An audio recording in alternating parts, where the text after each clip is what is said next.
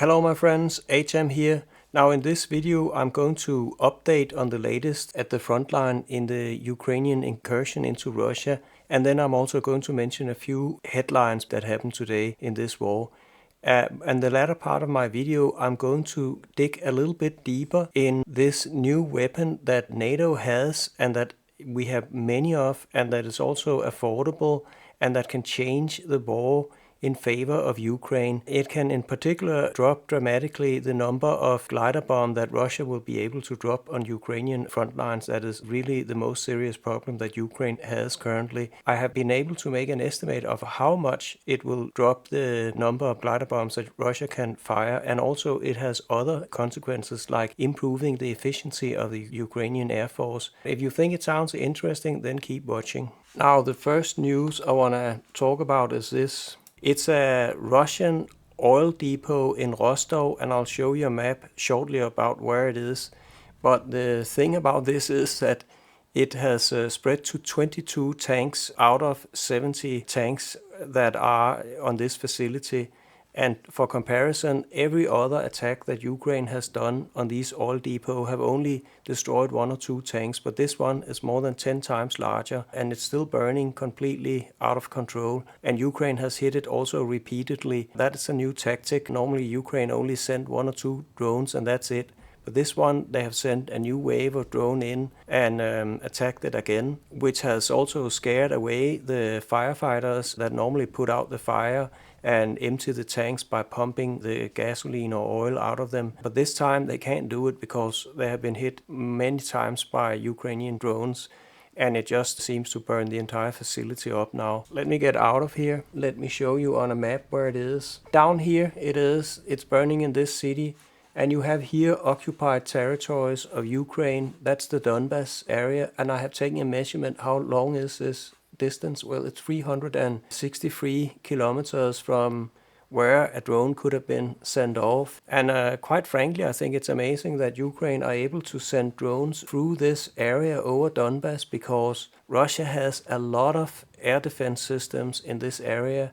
But still, there must be ways to get through these air systems. Of course, these drones can fly low, but then of course they can be shot down by short-range anti-aircraft guns on the ground, and there should be quite a lot of them in this area. But let's move on to some other news. Now, the second news I want to show you here is that Russia has lost 2 more cities, one called Snegov and Vishnevka, and I'm going to show you that where that happened. We can go to this Ukrainian map. And down here we have Crimea, the Donbas that has been occupied. And these cities are of course in the Ukrainian incursion into Russia. And they are attacking very predictable inside this area where many Russian soldiers, I've heard amounts of 700 and up to 3,000 Russian soldiers are trapped between Ukrainian forces on this front and then Ukraine border here and then a river system here. But if we go in here, we can see what kind of cities it is. So Ukraine have taken this one, Shnagost and Vishnevka. This is this city here, and this, it's not a city, it's a village. It's the 18th of August, and then we move up to the 19th of August. That's the newest map I have. It's the 20th of August today, but it's the latest I have. And as you can see, it has been changed, the map, to include these 2 cities here. But otherwise, yesterday, the last bridge here was destroyed, and there were 3 bridges over this river that is going here, and now all the Russian soldiers are trapped in here. So what we can expect is that the Ukrainians are going to attack from this side here and simply move through this area, because there are no defense lines, there are no trench systems, there are no minefields.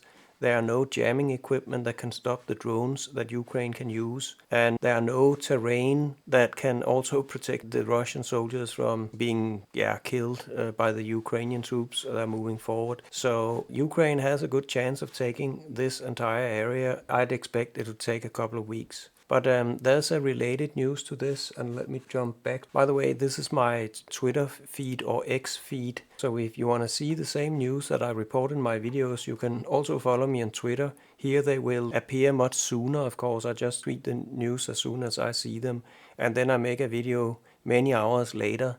So if you want to be fully up to date, please subscribe to my channel. There's a link below this video where you can find me. Anyway, there's another thing here I want to show. Yes, it's this video here. I think that was interesting. You can see this is this river we were talking about that are trapping the Russian soldiers in this area. And what you see burning here is actually engineering equipment. It's military equipment that are used to build pontoon bridges over that river. So this is the rescue. This is the Russian rescue.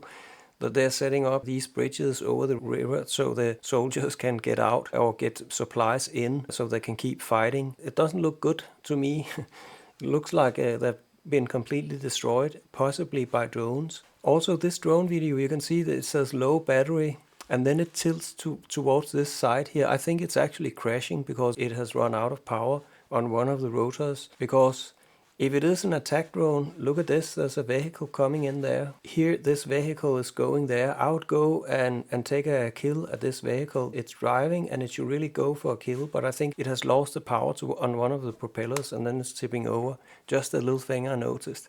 I might be wrong, it might be for some other reasons. Maybe it's only surveillance airplane and not a killer drone. But anyway, that was that news. Now, the last piece of news I want to talk about before we go over to talking about this weapon that can change Ukraine's fortune in this war is this piece of news where the chief commander of the Ukraine army say that now his army control 1,263 square kilometers of Russia. And let's go over to Deep State to see exactly what that is. Now, this area there that Ukraine has taken of Russia, it's also mapped here in Deep State, which is also the Ukraine army that are reporting about that. But they lie a little bit about where the actual front lines are so that the enemy can't use their map for any tactical advantages against Ukraine. So of course they lie a little bit about it. So it's not accurate, but it's approximately. And here we can see there's a blue area that's called Liberated. It's 646 square kilometer. And then we have this area unknown that's also 600 square kilometer. Normally this unknown is where there's some fighting going on and where it's unknown whether it's Ukraine or Russia who controls it. But, you know, he just said that they controlled 1,250 square kilometers. That's approximately these two areas combined. Then you will get that number. And then I'd say when they also take this area over here that is limited by this river that is going all around here, and then Ukraine army incursion here into Russia plus Ukraine border on this side here. When they take that area will grow from 1,200 square kilometers to about 2,000 square kilometers. Now, how much is 2,000 square kilometers compared to what Russia has taken during the past 14 months of war? Well, Russia has taken this Avdiivka territory. If you go 14 months back, this Avdiivka here was still in Ukraine hands. Now it's in Russian hands. And they have taken here 614 square kilometers in that area. But there's another area where Russia has taken country from Ukraine, and that's this Bakhmut area. And if we click on that, that's actually 2,100 square kilometers. When you add these two areas up, the only places where Russia has really taken territory from Ukraine the past 14 months, that's 2,700 square kilometers in 14 months. But Ukraine looks like they're going to take 2,000 square kilometers in less than a month. So almost the same amount of territory. So I thought that was also newsworthy. Okay, so the weapon I was teasing about in the beginning of my video and that can change the war so that Ukraine can actually win is this AGM-158 JASSM's missile. It's a stealth cruise missile, meaning that it's radar invisible, and it also has a low heat signature because it's a cruise missile. It's powered by a jet engine, not a rocket engine. If it was a ballistic missile like the ATACMS, it's powered by a rocket engine, and that engine has a lot of heat. And because it has a lot of heat, it can be detected from satellites that Russians have in space that are detecting heat signatures. During the Cold War, both United States and Russia put up satellite systems that could detect heat from a nuclear war attack, like with intercontinental ballistic missiles, ICBMs. But it can detect really any kind of ballistic missile, including ATACMS. This missile here, it cannot be seen by this infrared system, nor can it be seen by radar, neither ground radar or high-flying radar from radar airplanes that are looking down. Nothing can really see this. So this is like a ninja that can come in and then surprise the enemy every single time because the enemy can't see it coming. So this cruise missile, what can it do? Well, it can target Russian air bases and destroy the Russian aircraft that are at those air bases. And because they have no warning that it's coming, it will hit airplanes every single time. You use the satellite system that United States have and also a few other countries to locate where the Russian aircraft are, which bases are they located at, and then you send one of these guys. It comes in 2 versions, and I'm sorry for those who are listening to this again, who saw my video from yesterday, but I have to kind of repeat a few things for those who are new to the channel. And also I have to thank you, all those new subscribers. I got like 400 new subscribers, which is like over 40% growth in one video for my channel, which is enormous. Thank you very much for that. Anyway, this missile can fly in and hit Russian air bases and destroy Russian aircraft, and it has a range of, let me bring in the spreadsheet so I don't make any errors. So the short range version has 370 kilometers range, and the long range version of this has 926 kilometers range. That's important because if Ukraine get this weapon and are allowed to use it on Russian air bases, then Russia will be forced to move all their airplanes out of range of this missile. That means they have to move them 1,000 kilometers away from the Ukrainian border. That will be a big problem for Russia, and I'll get back to that in a moment. But what I also want to say, now that we have this table here with all the facts about these weapons, compare this to the ATACMS. The ATACMS has a warhead of only 200 kilo, whereas this baby here has a warhead of 450 kilo. It's a really big warhead. It can be used for a lot of things, not only blowing up airplanes in Russian air bases, but also for blowing up the Kerch Bridge between Russia and Crimea. That bridge can be destroyed by this missile. It cannot be destroyed by the ATACMS. Also, Russia cannot shoot this missile down because they can't detect it, whereas the ATACMS actually could be shot down because they can see that missile coming in so many ways. It's not radar invisible and also has a big heat signature. So this missile here really can get the job done. In order to attack Russian air bases, it will use cluster munition warhead, and in order to destroy the Kerch Bridge or other bridges that Russia uses for the war, well, it will just have a big explosive bomb, perhaps an armor penetrating warhead that can go deep into the bridge and blow up inside the concrete and really destroy it. Anyway, this weapon is perfect.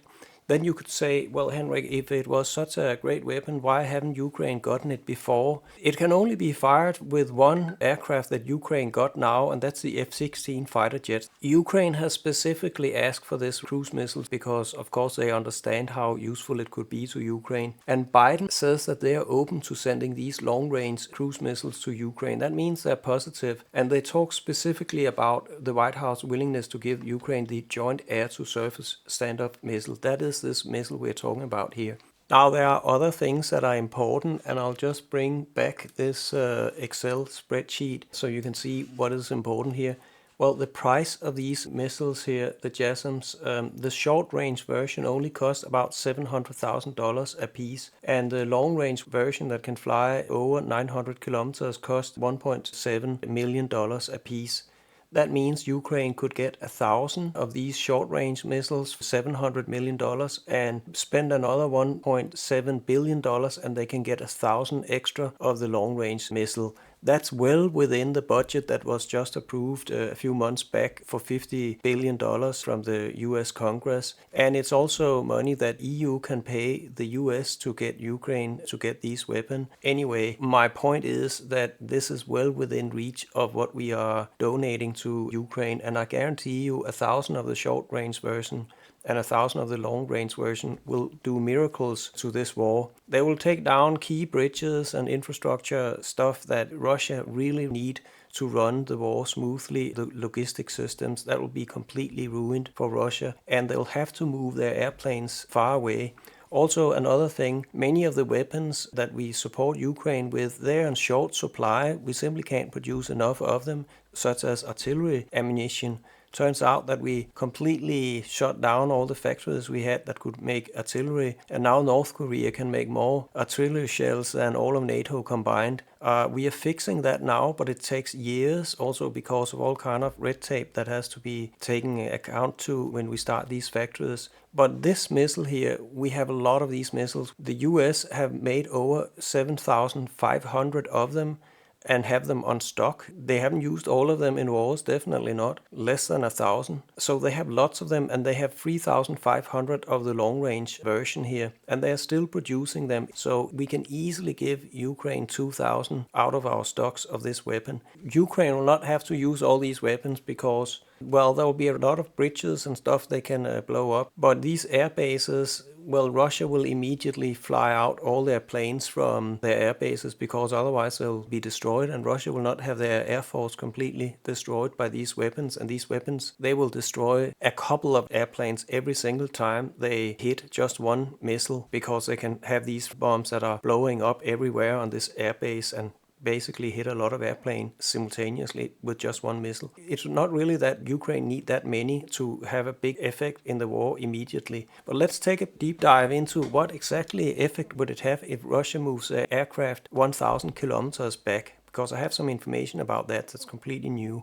So in order to assess how much of an impact that this weapon could bring to the Ukraine war, first we need to know how many sorties are Russia flying every day. So how many glider bombs and cruise missiles can they launch from aircraft every single day? Yeah, I found a source that says that Russian Air Force launched more than 150 sorties involving all kind of aircraft here. And that's 10 more daily sources than the Russian Air Force flew during its previous most intensive aerial search. So the most that Russia can fly every day is 150 sorties. That's the most Russia have ever flown, and that will be the maximum that they can fly. And which aircraft are they using to do this with? And that'll be relevant. We could bring this Excel spreadsheet back. I keep this spreadsheet with all kind of weapons because I'm interested in technology, and weapons are full of technology that are just interesting. And here we can see that Russia has some of the main fighters that they are using in the Ukraine war and that they have in the Russian Air Force is Su-25 that has a range from base of 500 kilometers. So this one cannot reach Ukraine if it has to be withdrawn 1,000 kilometers from the Ukrainian border. It simply doesn't have the range. So it would have to be refueled mid-air. Problem is, this one is such an old aircraft, it doesn't have that capability. And that's the most numerous aircraft they have. They made 1,000 of them, but it's a very old aircraft, so they're definitely not having 1,000 of them in service anymore, perhaps a few hundred they have in service, but they also have this Su-35 that they're using and Su-34. Now these two aircraft can be refueled mid-air, and they'll have to be refueled. This one can get 800 kilometers out and back again on its own fuel. It has 1,600 kilometers of total range before it is empty of fuel. And that means it could fly from 1,000 kilometers away, drop some glider bombs, and then return to base if it's refueled mid-air with a fuel tanker. Then it can come back. And this one, Su-34, it's only 550 kilometers that it can do. That would be 1,100 kilometers. That's not enough. It would have to be refueled by an air tanker, something like 300 kilometers from the Ukrainian border. And the air tanker cannot go any closer to the Ukrainian border because then it risks being shot down. Ukraine has shown they can shoot down airplanes. The A-50 Russian AVAX was shot down 250 kilometers from the Ukraine border. So they can do this with a fuel tanker for sure. So it will have to be refueled before it reaches Ukraine. And then in order to get back to base again, it will have to be refueled one more time. So the Su-35 can manage with one refueling, and the other one here can manage with two refueling. And this other Su-25 that they also use, it can't refuel at all, so they can't use that. That's the most numerous aircraft they have. But the problem is, where is the bottleneck in the Russian Air Force? It's actually the refueling thing. It turns out that Russia only have in service 19 of these Ilyetsky Il-78, which is a Russian fuel tanker. They only have 19 fuel tankers. Now these fuel tankers on 1,000 kilometer range, they can provide like 40 tons of fuel. That's enough for 4 refuelings. and they only have 19 of them. They need to be repaired all the time, so they can only use like 9 every day to fly a sortie, and 9 times 4, because they can serve 4 Russian fighters with fuel.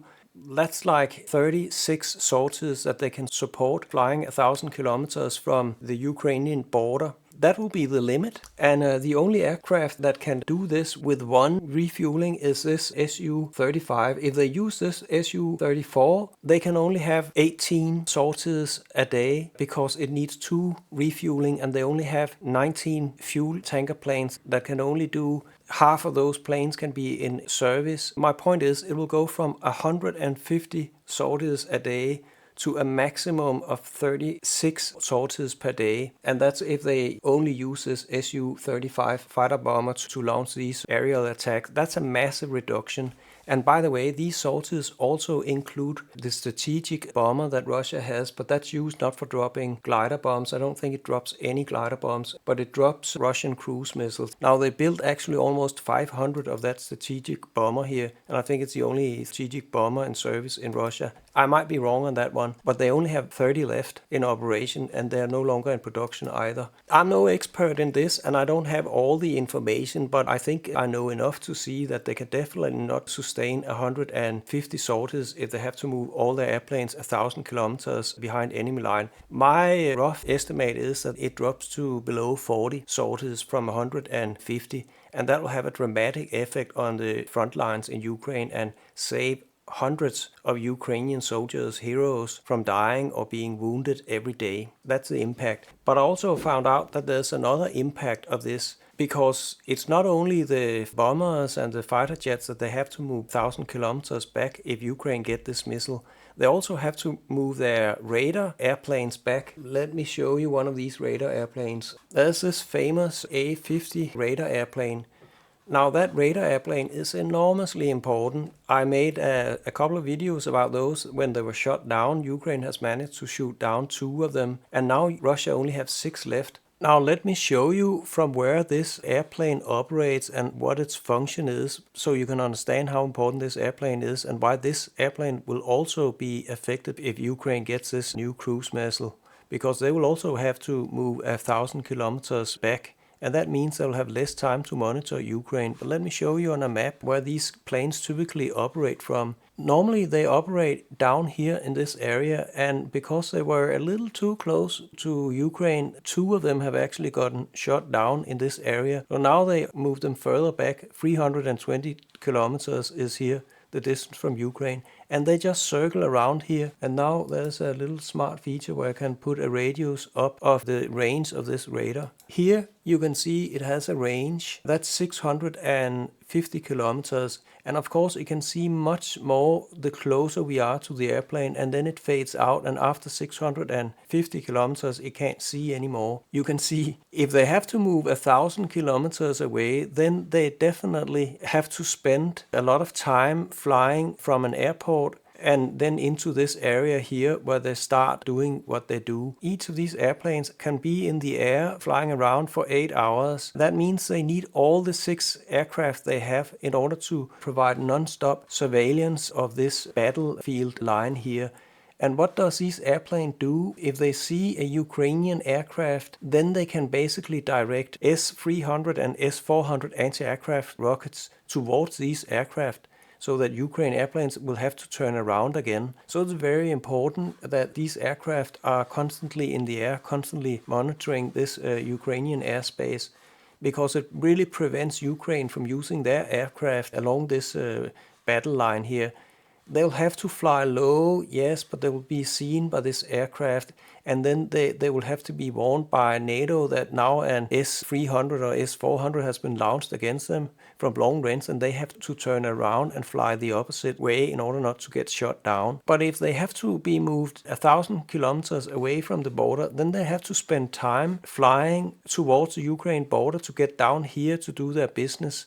And that's time they don't have monitoring the Ukraine airspace. And because they only have 6, And 6, I estimate, is only just enough to do this 24/7 monitoring. If they lose one of these airplanes, the time they lose, that compares to actually losing one of these 6 aircraft, and that means they'll no longer be able to keep a complete 24/7. Now it will only be like 27, so only 20 hours per day for 7 days a week they can actually have radar monitoring of this war front. And that means there will be holes for 4 hours where Ukraine can basically fly around and Russians don't know that Ukraine aircraft is coming and dropping bombs on them, and they can't launch anti-aircraft missiles on them because they can fly low, like 20 meters over ground, so they can fly under radar of the ground radars that Russia also have.